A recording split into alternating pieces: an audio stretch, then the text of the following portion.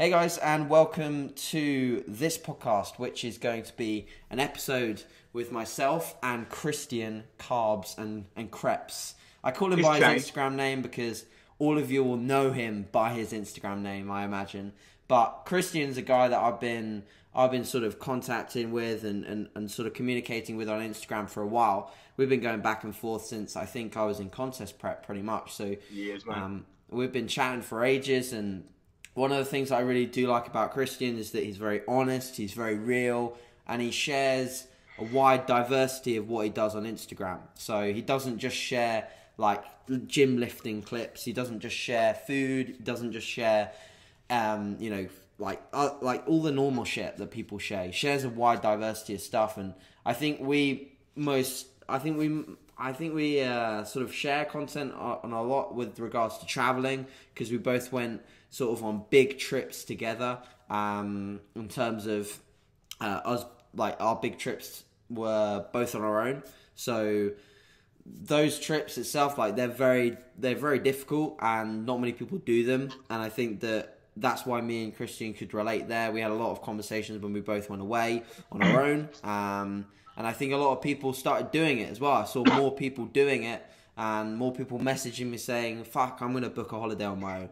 I'm going to go somewhere on my own. And I'm sure you got the same, mate. And it's super cool and this is why I wanted to do this podcast about this topic, is because it's super cool when you see that there's someone else out there that's doing something or that's experienced something, and then you feel almost like more comfortable to do it yourself. And if we can use our, relatively small at the moment, but I'm sure will be bigger in the future, level of, Instagram profile to do that, because on the big scale, our accounts are small, in comparison to some fit pros and shit like that.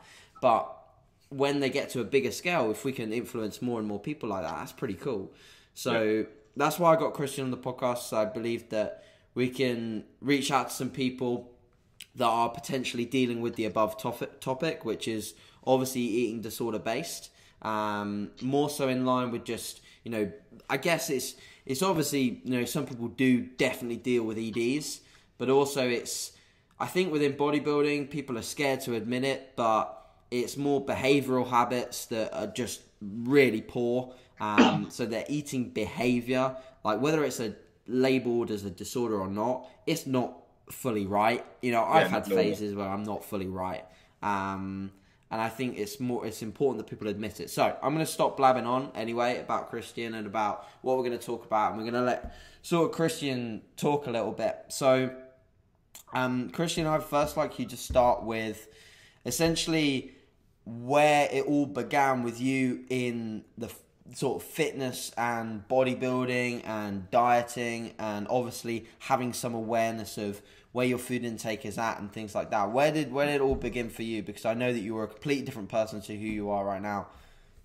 Yeah, just a tad. I think I've been through literally every single phase you could ever imagine. So I became aware of like my weight and stuff when your dad would describe it as puppy fat. Yeah. Oh, you just get rid of that. Well, Dad, it never went. Like I was just skinny fat for my whole, up until like 15 probably. And I can distinctively remember, and I just want to point this out, I'd probably only come to realise my troubles with food and stuff probably the start of this year. Interesting. So wow. 11 years I hadn't known, but this is the only time that I've been like, right, there's I'd know where it stemmed from. Why do you think that was, Christian? Like, why do you think it took you so long to realise that it was an issue? Do you think that there was not enough awareness of it, or? Probably not enough awareness of it. Probably too scared to even admit that there's something wrong. Yeah, and I think that's definitely inherent in the fitness kind of world. So not just leading this isn't just fitness. Everyone, can kind of relate to this, but I think it is more so in the fitness-related world, sure. And I'd say more so with men that don't admit it because perhaps scared to even admit it. I feel like it's weak. Yeah, when it's not. When you actually, if you flip through stories on Instagram, you will see if people have issues with eating all day, but they're not. To them, it's just they're taking pictures of their food. Yeah. So yeah, 15, 16, whatever, something like that. And I was like, right, I'm going to lose some weight. And my idea of losing weight was, we were members of David Lloyd Health Club. Very nice. Get a sauna after the session, mate. Yeah, sauna and Pop in steam. the jacuzzi.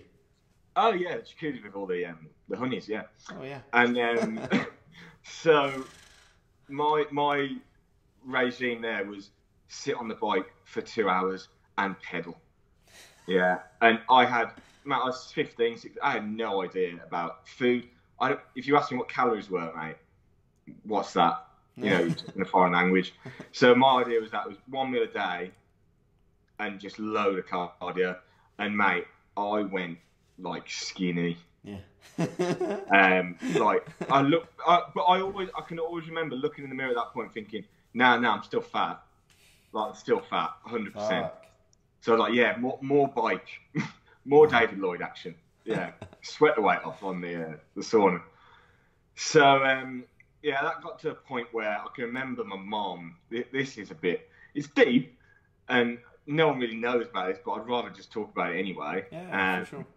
I can remember mom telling me like the year after that she was having my brother follow me to the toilet on holiday because she thought I was being sick after food. Oh no. Which was the case, but never let on that it was. But to me, I didn't see any, I didn't think even at the time, oh, this isn't normal. Like it was just blind to it. I was like, I just want to lose weight because I was the chubby, fatty kid at school. I didn't want to be. Yeah. Did you get anyone pick on you for that? Yeah, 100%. Even at later stages, that was school. And then probably later stages when I was running bars and stuff and nightclubs and stuff, you throw someone out of the club and the first thing they'll say is, oh, you're a fat prick or whatever. So that's the first thing, that's the first people would think when they saw me. Do you know what I mean? So yeah, that was all that. And then I remember I went on a holiday, and my mum and dad, they're really into their fitness. They're very physically fit considering they're 60. And my mum would say, well, come to the hotel gym. And I started, this was probably about a year after, probably 16 to 17. And I just started doing a routine every day in that gym for 2 weeks. Yeah. And you're on holiday in a hotel, all the food's clean, as you want it to be. Yeah. And I can remember I was pounding chicken rice for breakfast, mate. Breakfast, lunch, dinner, get it in me. And I can remember coming back, and I was with a girl at the time, my first ever girlfriend, and she was like, what the fuck have you done?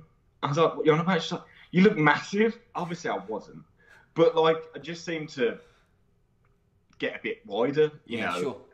Yeah, the cap delts immediately. And so that kind of got me a bit obsessed with, right, okay, I could get big. Sure. Yeah. I got a bit too big. Okay. Fat. Yeah, again.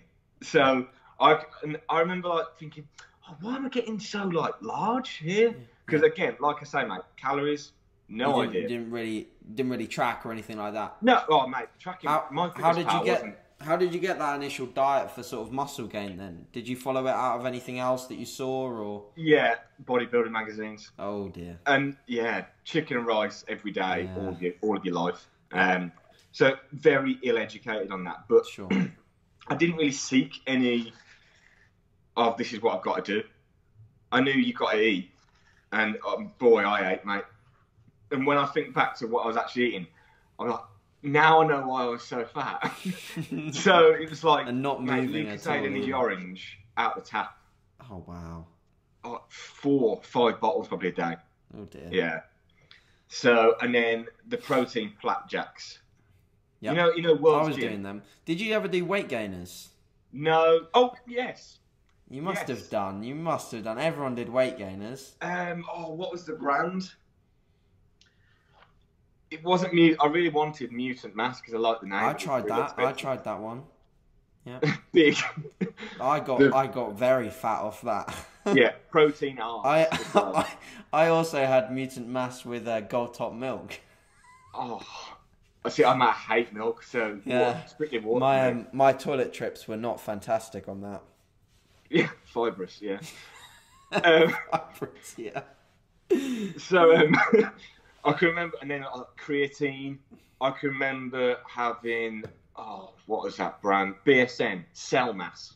Oh yeah, it's like Cell Tech. Yeah, I think it's mixed with dextrose, isn't it? Mate, God knows, but I was consuming. And this was probably at a point when I was in sixth form at school. Okay. And I remember I had a teacher at school who was really into the gym, and he was a big guy and like in decent shape. And then he was like, right, we'll hit the school gym every lunchtime. I was like, yes, sweet. So in this day and age, that'd be not allowed. He'd be fired from. There was about 20 of us. He'd be fired from that position. Oh no! So it wasn't just you and him. No. Luckily, I don't think he wanted that on. I hope not. It's like, Christian, let's go to the gym. And come to the gym, kids. So I can remember like lunchtimes, mate. You know, Tesco chicken and bacon sandwich with mayo. Mate, our college was so similar. That was my go-to. Yeah. With I was saying to you the other night, the honey roasted cashews and peanuts. But mate, the big bags. Yeah.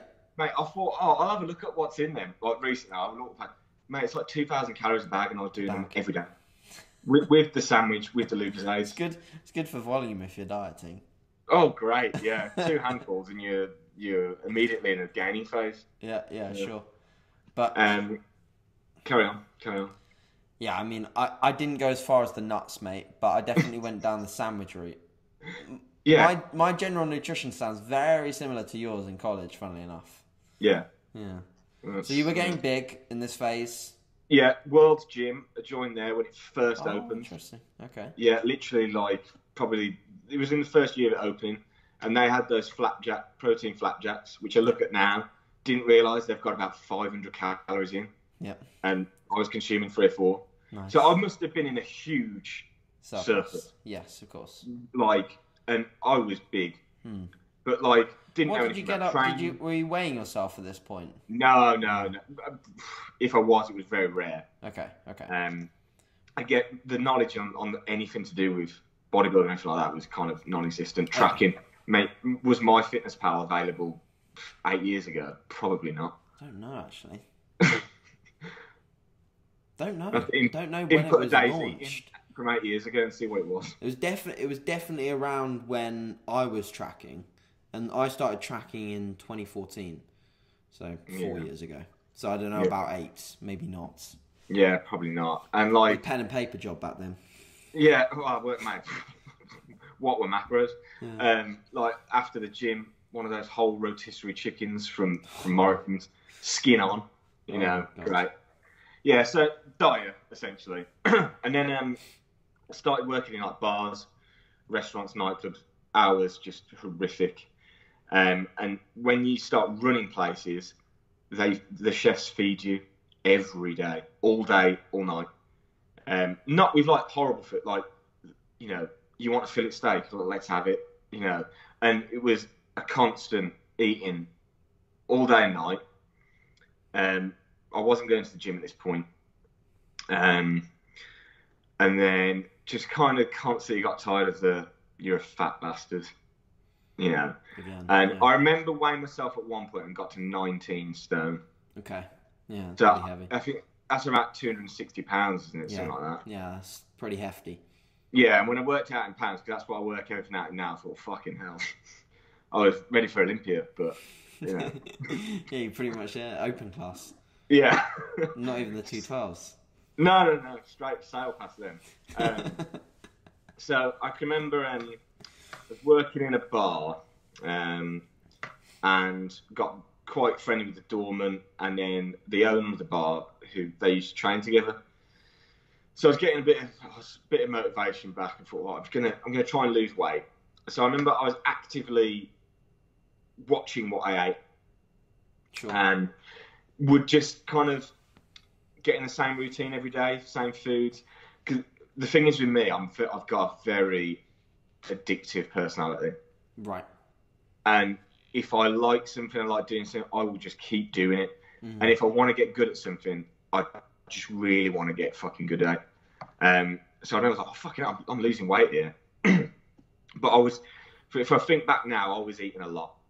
Like, I was still eating a lot, but I was losing weight because I was actively, like, watching kind of what I ate and moving more, going to the gym, trying to get a bit more serious with the gym. And then, because I've always been into, like, lifting weight, always been into that, but had no idea, really, what I was doing. And then I must have been, 23, 24-ish. Yeah, 23 to 24. And then I joined Foundry Gym in Warsaw. You've been there yet? I haven't been there yet. I need to go. Atmosphere is amazing, but cool I've gym. stopped going just for the time that I go. It's just far too busy. Yeah, sure. And the equipment's really good. Yeah. You've got some clients that train there as well. I've got Alex, yeah. Yeah, he's a good guy. Yeah, he's a good Shout guy. out. Shout out. He'll watch this. He's like always the first. Yeah, to I watch. met Hawk straight on it. He's a good guy, yeah. Yeah, he's provided me with some whey and some. Oh, he's an absolute supplement whore as well. He fucking loves it. He loves A-list. He always orders their latest pre's. He's probably got Peak X pre-ordered. He's got too much money if he's ordering from A-list. Everything on A-list is obviously from the brands it's from. Fucking hell. Yeah. Yeah, 100 quid a tub of protein. Yeah. Yeah. From A-list it's alright. From Core it's not too cheap. Yeah, exactly. So yeah, started at Foundry and kind of got friendly with a guy who he was fucking like, he is a big dude in good shape all year round. Yeah, and I remember seeing him, I was like, fucking his veins are, and I was like, whoa, man, he's huge. Sure. And we started chatting every week and that sort of stuff, and I heard that he did like diet plans and stuff. And I said, how much to sort me out for the next, I don't know, 12 to 14 weeks. And we did a 14 week, like, just diet. And I remember starting it, and I was about 16 stone. Yeah, I can't work out in pounds right now, but and I remember at the end of it, my lowest weigh-in was 12 stone 6. So a hefty amount of weight. Sure. Coming off in 12 to 14 weeks. And I thought I'll book like a photo shoot at the end of it and something to look back on. I look back on the pictures now and think I thought I was shredded at the time. I was lean, but I was beach lean. Still, it was an achievement and all that. And I think that's probably where more of the like bodybuilding related food issues came into play. So same food every day. Saturday night cheat meal.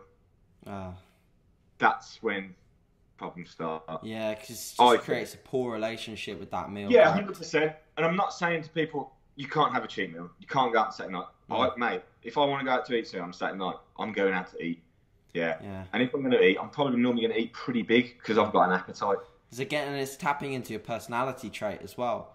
With you being, an addictive personality, you're going to just lock in on that one thing. That's Saturday. So when you're locked in on a diet and a structure, you're perfect. When you're locked in on the idea of a cheat meal, you're fucking looking at cheat meals all week to plan it. Oh, mate. Instagram, where can we go next? Making lists of places. Sure. And I had a girlfriend at the time. She was into the gym as well. Okay. So she was kind of dieting at the same time, sort of. But we would look forward to going out on Saturday night. And at the start of it, we weren't going hard. But you know what it's like. You get leaner, you get hungrier. Yeah, sure. And you get more and more food. The leaner you get, the harder you cheat. Yeah, exactly. And I remember it getting to a point, mate. Yeah, this is bad, okay? Where I had a real obsession with Ben & Jerry's. Yeah, and like I'd see that a new flavour would come out or something like that. But there was 2 new flavours. So I was like, well, I'll get one of it. I'll just have half a tub each. And that, mate, Saturday morning, I was going out to get these. Immediately on wake. Was it? Yeah. Fasted B&G run. Yeah. And I can remember, mate, at points where I get it home, I'm like, well, I'll just try both to see which is best. So I know what I'm going to have tonight. And just nail both tubs in the morning. Wow. That's impressive, to be fair, because they are very sickly. Yeah, it did not go down well. No. Like, I went to the gym within about 2 hours of that and was very ill. Yeah, of course. But then still went out in the night for food. Yeah. Yeah, and I think because it was kind of, everything was so new to me, you just think, oh yeah. But at the end of the day, I still lost weight. Yeah. And I still got to the goal that I wanted to get to. Sure. Could I have got there faster without doing that? 100%. Yeah. Did I enjoy doing it? 100%. Did I enjoy doing it when it was making me fucking ill? No. Because you just think, oh, fuck. But then I remember getting to a point where it's like, well, I won't look forward to next week if I just absolutely nail everything, so I won't cheat in the week. Because if I nail everything and feel that ill, well, I'm not going to cheat in the week because I know how bad I feel. Yeah. Do you know what I mean? Yeah. And I can remember this was a low point. So I can remember it was about 2 weeks away from the shoot, and he was like, no cheat this week. And I was like, yeah, that's cool. I can deal with that. And I can remember my girlfriend at the time had finished dieting, and we were walking around Tesco. She was picking out what she wanted, and I obviously couldn't do that. And I actually started crying. Oh, no. In Tesco, mate, because I was thinking in my head, like, why can't I do this? Why can't I just eat something? Yeah. You know what I mean? Yeah. Because at the end of the day, when I think back to it, what the fuck was I even doing it for? But when I think like that, I think, I'm doing it for me, so just fucking keep doing it. Of course. I didn't do anything, did the shoot, looked great. Well, I looked alright. And then from that, I was hooked on everything, bodybuilding, nutrition. And it was only after that I downloaded MyFitnessPal because I'd never heard of it before. So he was just literally saying, this is what you eat. Yeah. So same meals every day. It was the usual stuff. Oats and eggs in the morning, turkey and veg, chicken rice cake with peanut butter, turkey and sweet potato. That's pretty much it, really. Do you think having a coach that you could communicate more and sort of say that you were experiencing, maybe this outlandish cheat meal every week? Never even told him. No, you didn't tell him.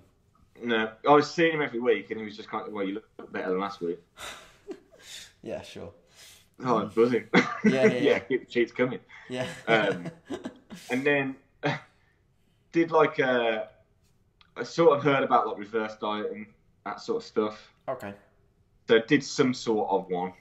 I got pretty big again, got up to nearly 16 stone. But bear in mind, ever since I've got very serious into it, I've never been near that because it's just no point. Mm. And then I remember it was last year now, and I remember I started dieting before I went to Germany. I went to the Nürburgring. And then went there and came back and I was like, right, I'm hitting it serious. And I went down to 180 pounds, which was like my lowest weight. And for me, I mean, I had veins in my fucking stomach, in pecs, shoulders, everywhere. I thought, I'm fucking lean here. Surely this is lean. And I started taking more of an involvement in my own nutrition. I was doing everything myself. Mm.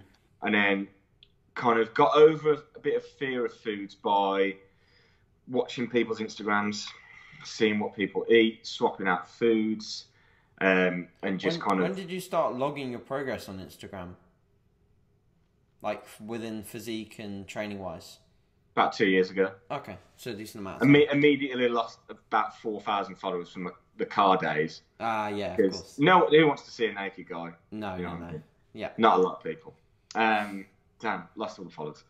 So yeah, I started tracking all that sort of stuff. But the tracking thing, the whole switching foods would stress me out because I can't be asked to work out on MyFitnessPal. Yeah. And inherently in the back of my mind is I can't eat that. That's dirty food. But then you see all these guys, Rice Krispie Squares bars. I remember that was the first thing I introduced post-workout that was not bro. Yeah. It would be just chicken and rice all the time. Sure. And I fucking hell, this is good. I'm looking better and I'm eating like this, more carbs. And then, started getting seriously into it. And then, again, got down to that weight that I was pretty pleased with. And then, fully did a proper reverse diet end of last year. And then got up to a high of 216 pounds. Yeah. And then this is obviously when I started dieting again, most recently for my holidays and stuff. So yeah, that's kind of where I'm at now. Absolutely. But in terms of food, like you said at the start, that I still have some issues with food. 100%. Yeah. What would you say are the main things that you're trying to work on at the moment that you feel are evident? So, enjoy life. Okay. At the end of the day, I'm very realistic with myself. Sure. Okay.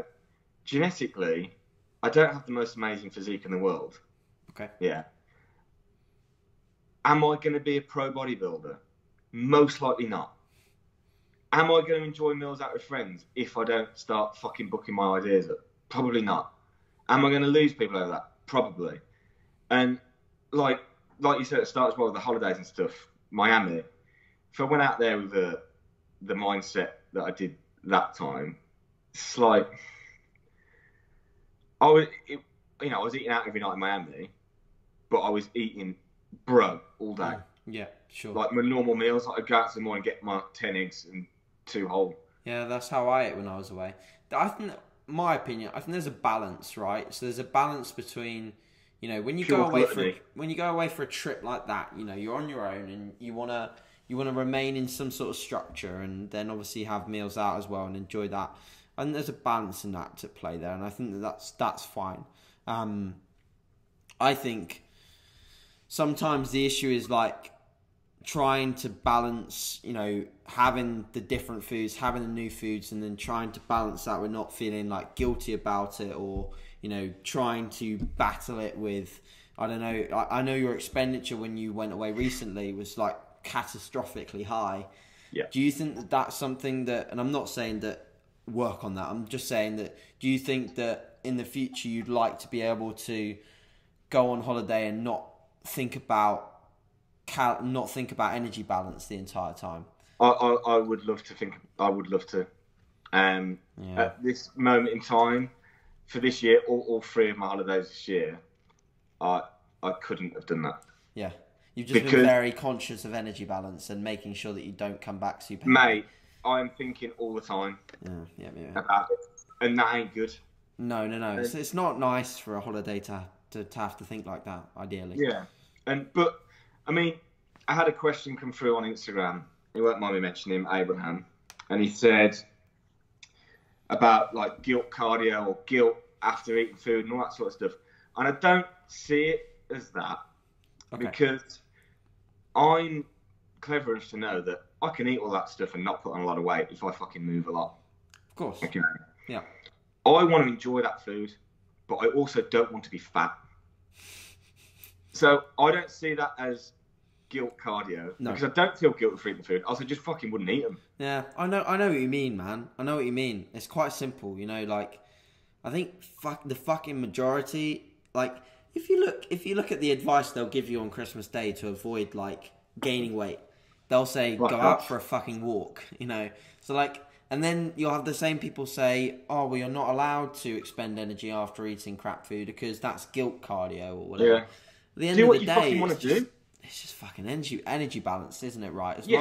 I think as long as it doesn't exist on like a frequent basis where people are, purely eating crap food and then doing a bunch of activity to essentially create an energy balance equation where they don't gain weight, or they're doing it after a couple of days of really bad eating and not moving enough, they're going out and doing crazy steps, crazy cardio, and obviously, your goals at the moment, you're not stepping on stage at the moment, so all of these things are not necessarily detrimental to your physique, because every time you go on holiday, you're aiming to look good on holiday, and then you're aiming to then maintain that look for another holiday. It's not the fucking end of the world.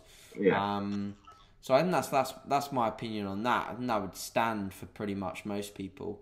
I just think that it's important that people who watch your story realize that, when you are eating the foods that you're eating, you're creating an energy balance to be able to eat those foods. Because what I'd hate for like some fucking 132-pound lad to see your stories and be like, shit, that's how you're meant to eat if you want to gain muscle, and then they're doing like 1,000 steps a day and they'll become like a balloon. Yeah, I mean, but I think you preach that pretty well, to be honest, mate. Yeah, I mean, on holiday, I'm there to enjoy myself, and whoever says food isn't enjoyable is a fucking liar. They are. Like these people that diet, like, you can't be food phobic. I don't ever get food. Bullshit. Everyone loves food. They do. It's like when I said at the end of my prep, like I said this to Danny, funnily enough, in New York. I said this intra cheesecake.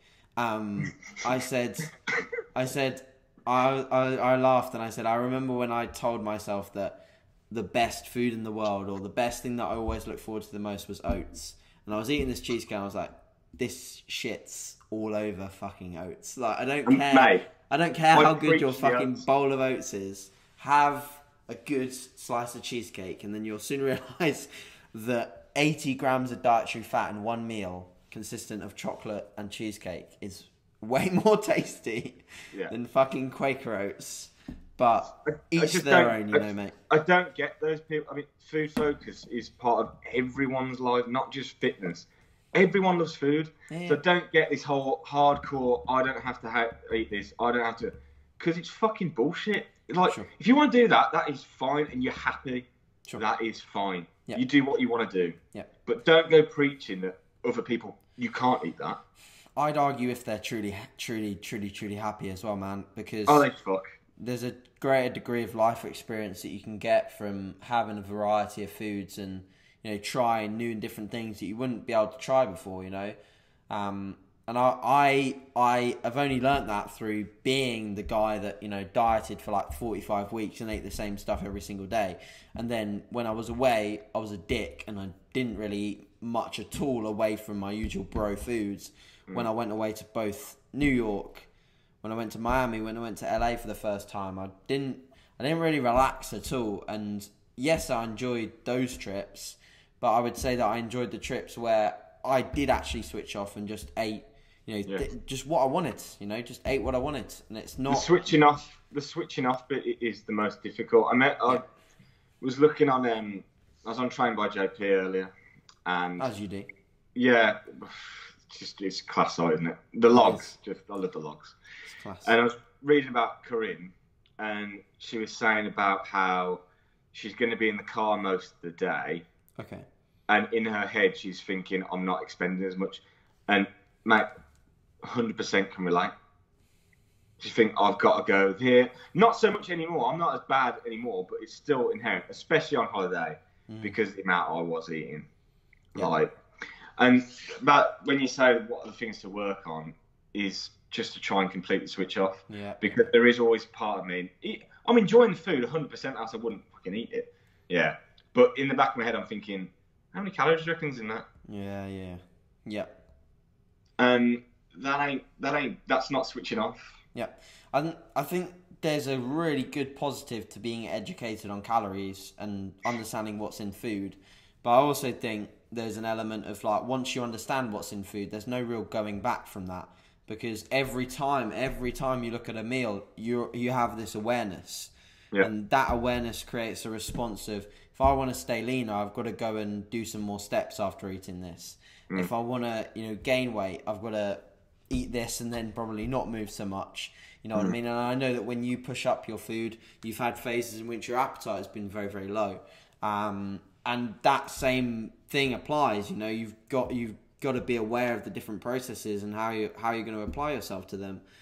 I think it's just a difficult equation to balance, but I think that more people will be feeling more comfortable as a result of, like, sort of hearing these kind of things, because I don't think anyone is truly inept from dealing with some element of issues with food. Like, if they've gone through at least one diet, the post diet or in the diet or something, like the amount of people that I in an off season wouldn't have ever expected them to have real issues with food during a diet. I had plenty of issues with food during a diet, whether it was overeating, binging in a contest prep, or overeating excessively post show, and a lot of people that I just really wouldn't expect it to be either. And it's surprising sometimes, especially when you really know someone, and then you just think, like, why the fuck did you do that? But yeah, exactly. And then, like, I don't think other people around you who don't get it make anything worse. Make anything better. Yeah. So you'll be at work, mate. I eat the same meals every day at work. Yeah. Sure. As soon as I open the tub, what you got there? you know this because I've been here a year and I eat the same. Yeah. Or you dig into something else that might be not clean. Oh, is it cheat day? Oh, it's leg day, and it's like you're made to feel like shit because you're having something different. Yeah. And it's like a lot of people look to themselves on like they've had a binge or whatever. Look at the people around you who are doing this every day. You look at people at work, they just eat shit. Well, they don't feel bad. So why are people who, into fitness, they're on Instagram, they preach, how amazing it, and then they have a binge, like once in a blue moon, and it's like the end of the world. Look around you, what people are doing every day. Like, give yourself a bit of credit. If you want to eat something, eat it. Just fucking enjoy it. Don't feel bad about it. Yeah. So I don't think other people help. No, they don't at all. I was gonna post. I probably will at some point. Like this sort of, it's this balance hierarchy thing that I've thought of in my head. Because when you've got no balance, everyone fucking tells you that you need more balance and that you need to go out more, that you need to eat more and like eat more off plan and blah blah blah. Everyone tells you that. So like for example, take someone like Jack, like Thorburn, who eats the same shit for like 8 years. Everyone's telling Thorburn, you need to go out more, you need to have a girlfriend, you need to do this, you need to do that. Quite frankly, I think that's fucking annoying. And I purposely do not do it. I purposely, when he posts up something like he's eating out, like when he went to Prezzo, I purposely didn't do anything. I didn't say, well done, because he doesn't need fucking applause for eating a fucking pizza. No one cares about applause for eating a pizza. He's gone out, he's had a meal, fantastic, ignore it. Now, you got this level, so you got the level where everyone's telling you to do all these things, and as soon as you start teetering up and you do this more frequently, if Jack started doing that more frequently, everyone would start telling me he needs less cheat meals. He needs more time eating structured. So when I went to New York, obviously it was an accumulation of some other trips. So I had like Paris, I went away, I went to LA and things like that. I had quite a few messages of saying, don't you feel like you're losing out on progress when you go on trips like this? And I'm like, you're the same fucker who 4 months ago said, don't you feel like you're missing out on life because you don't go on holiday or you don't eat this? When was your last bit of alcohol, bro? When was the last bit of alcohol? Are you not missing out? I'm a fuck. Yeah. And then you have it, and they're like, "Oh, mate, you're pissed." Yeah. Or, oh, mate, don't you worry? All this alcohol is affecting your progress. Like, there is no winning. There is no winning on Instagram. I was going to mention Thorburn, but I didn't want to like drop in names or anything like that because a lot of people do message me back. He's well known. Yeah. Do you know what I mean? He is, because when you get someone different, everyone fucking loves it. Because he's so extremist. Everyone loves following him. That's why I love following him, man. I love watching his stuff. As a person, I've never met him. I would say I love the guy. I think he's great. He's very intense. He's the same intense person that you'd expect him to be in person. He's great. Yeah, and it's like a lot of people don't understand the way he is. My thought process behind it is this guy has the potential to be a natural pro. Oh, 100%. He does, so but unfortunately, it's not out of genetics. It's out of pure and utter work ethic. And like genetically, his physique isn't the best. Yeah, it's like, so I understand why he does what he does. Yeah, and he probably potentially has a few issues regarding food. Yeah, but at the end of the day, this podcast is who hasn't. Has got some sort of issue when dealing with food. At the end of the day, the guy looks the way he does because of his routine. Simple. Yeah. And if that makes him happy, fucking do it. Yeah. Because he will look skinless every time he goes on stage because he is fucking mental. Yeah, you can't be sane to get into that level of conditioning. You have to be pretty fucked up in the head to be able to go that far. And like, I think he actually enjoys that process a lot. Yeah. he doesn't particularly mind about doing that. Enjoys the feeling like shit. Yes. Like, to an extent, I think, he doesn't whinge and moan, put it that way. No, it's certainly not fucking easy at all. No, and it's like, I mean, I can kind of relate. I like being really hungry when I'm dieting Sure. because it gets obsessive. I like seeing that scale come down every day, and I like seeing new stuff on my physique. I mean, mate, for Mexico, I sent you pictures. I had lines in my ass, and my lower back was a Christmas tree for a fucking holiday. I mean, what the fuck is that about? But I remember at one point someone saying to me like, "Oh, well, you've got to a point now, but you've got like 2 weeks left." And I said, "Well, what do you think I'm going to do? Just not try and take more off?" It's like it's obsessive, 100%, and like, well, I can just cut food, I can just do more, and they just don't understand it. But it's just a mindset thing, really, isn't it? It is indeed. What would you say? What would you say your primary goals are over the next few years? Then, not within food or anything like that, just within like your physique and stepping on stage and things like that. Yeah, I get the question a lot, weekly. Are you going to compete? You're going to compete? You're going to compete? And my issue with the competing thing is everyone does it far too soon. Diet down, realise they haven't got any muscle. Place last. I don't want to do that. No. Place because last. People do it for the pictures on stage. A lot of I do feel that. Oh, a lot of people do it for a post-show cheat meal. Yeah. I like, mate, if you want some food, just fucking go out. You don't have to do a show. Yeah. No, and then I always say the same to people. I simply don't have enough muscle to be what I want to be. And then they'll say, well, you never will. Okay, well, if it takes me 20 years, then I'll get on stage in 20 years. Yeah. I don't have a satisfaction of standing on a stage. Yeah, it'd be great.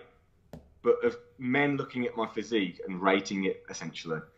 I get why people compete, 100%. And I will at some point. But I want to be big enough to actually compete. Oh, yeah, of course.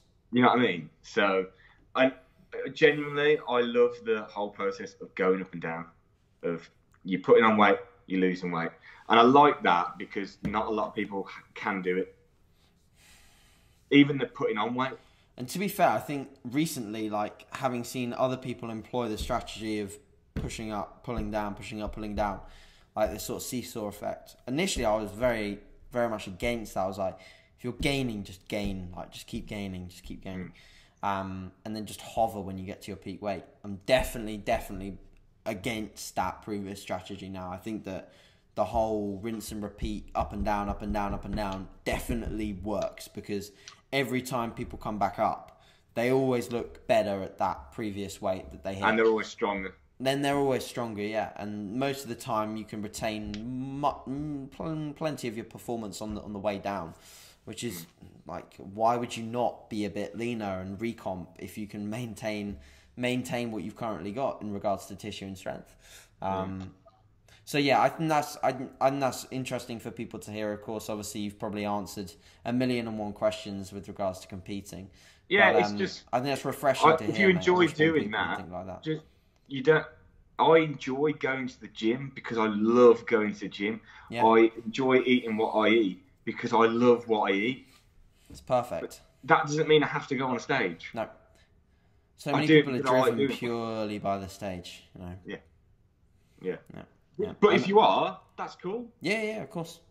Yeah, it's a driving factor, isn't it? I guess a motivating factor, but it's just like I don't think you'll ever be your best on stage. I don't think you'll ever be your best athlete, the best athlete you can be, if you're not what you just said you are. Like if you're not motivated by the food you eat, the training you do, if you're not motivated internally by that, you have to have all these external things like, oh, I have to do this lift today because I want to post it on Instagram, or I have to, do this because I want to copy that guy and copy this guy.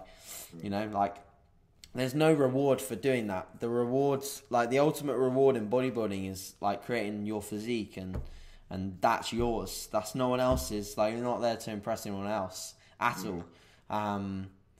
But I do get why people get motivated by external things like posting lifts on Instagram and things like that. I'd be lying if I said that I didn't get a bit excited every time that I post up something that I've hit as a PB on Instagram. Yeah. Right? I get excited for that shit, and there's a reason why I post PBs or good lifts and not shit ones is because I like doing that. But But yeah, I think it's important to be majority internally motivated, which it sounds like you are. And by your content, it's definitely like that as well, because you don't blast out loads of shit. it's just good stuff, and you tell people where you're at, which is great. Cool. Besides that, what would you like to do with regards to like social media and things like that? Would you like to do things on a like any bigger scale? Would you like to do more coaching? Would you like to put out any specific content in the future? Like, is there any ideas with regards to that?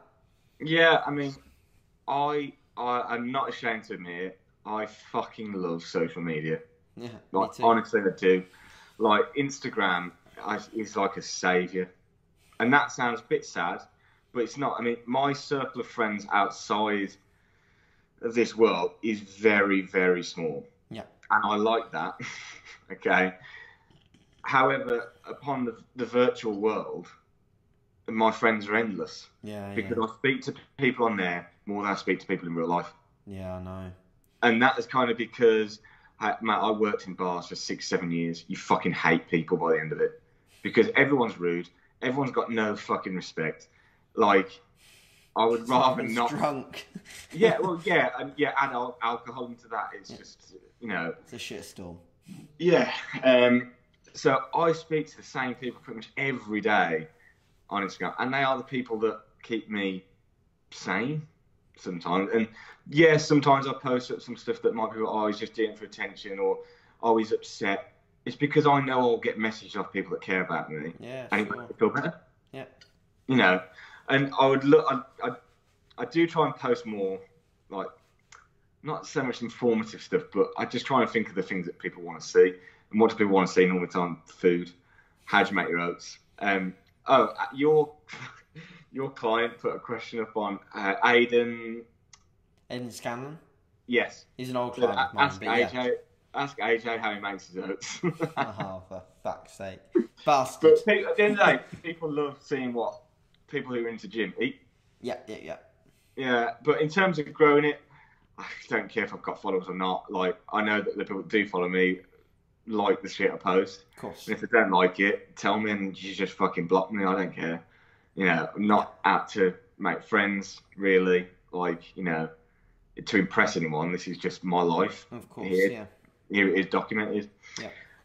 In terms of coaching, obviously I have a full-time job, which is long hours. I sell cars, if people didn't know. I work for Mini. If you want a Mini, you know where I'm at.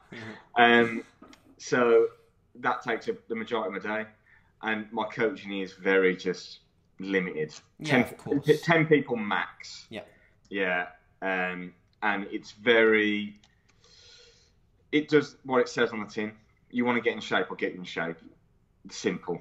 And I do really enjoy doing it, not because I get to see people lose weight, but change their entire life, literally. Yeah. Because food and nutrition and stuff does play a massive part in your confidence. Oh, massively, man, yeah. Relationships, everything is a factor of it. Yeah. And just changing that is really good. Yeah. I do enjoy it. Would I want to do it full time? I don't know. Maybe one day, but every day as it comes, mate. Absolutely. But you enjoy your job right now, don't you? Pretty much. I love it, mate. Yeah. I'm a big believer. If you don't like doing something, just don't fucking do it. The people that complain about their jobs, it's like, well, you do have a choice. Yeah. You can just walk out. I've walked out of loads of jobs, mate, where I think, fuck this, I'm better than this. Do something else. I'm not saying everyone go and leave their job with nothing prepared. But you have people going into the new year, it's just like not being able to pay their rent. They're thinking, fuck it off. I'm like, yeah, I'm out of here. Don't do that. But yeah, I do love my job. The moment I don't enjoy it, I won't do it. And I'll think of something else. Long-term goal, I'd love to have my own gym. That would be the fucking one. Okay. It's very, very expensive to do that. Crazy, right? Yeah. Off the charts. Scott shut down. Scott shut down. Right, so we'll wrap up as we're getting on here. We probably need to have some calorically dense items of food and hit the hay. But But yeah, I guess we'll basically cut off there, guys, in terms of what we've covered in this podcast.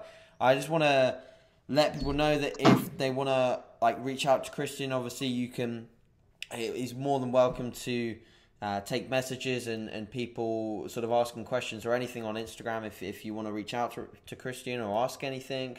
Obviously, thank you very much for listening to this episode. It's been more of obviously we initially sort of set up this podcast to be potentially a little bit more about food, and it's more so just a bit of an interview with Christian, which I think is epic because a lot of people follow you very closely and they want to be more aware of you and they want to hear your story. So I think a lot of people will tune into this and know you better as an individual, which is, I think, a win in my books. So yeah, besides that, guys, obviously thank you very much for tuning in. If you've watched it, share us both on your Instagram stories and we'll hopefully have multiple reposts, I'm sure we will, to slam on our stories and annoy everyone that doesn't want to watch us. Fuck 'em. And then a week from now, I'll start saying, have you watched this yet? And do a poll on my story, which I know that Christian Have really you watched likes. this yet? Yes, or getting to it later, guys. Yeah.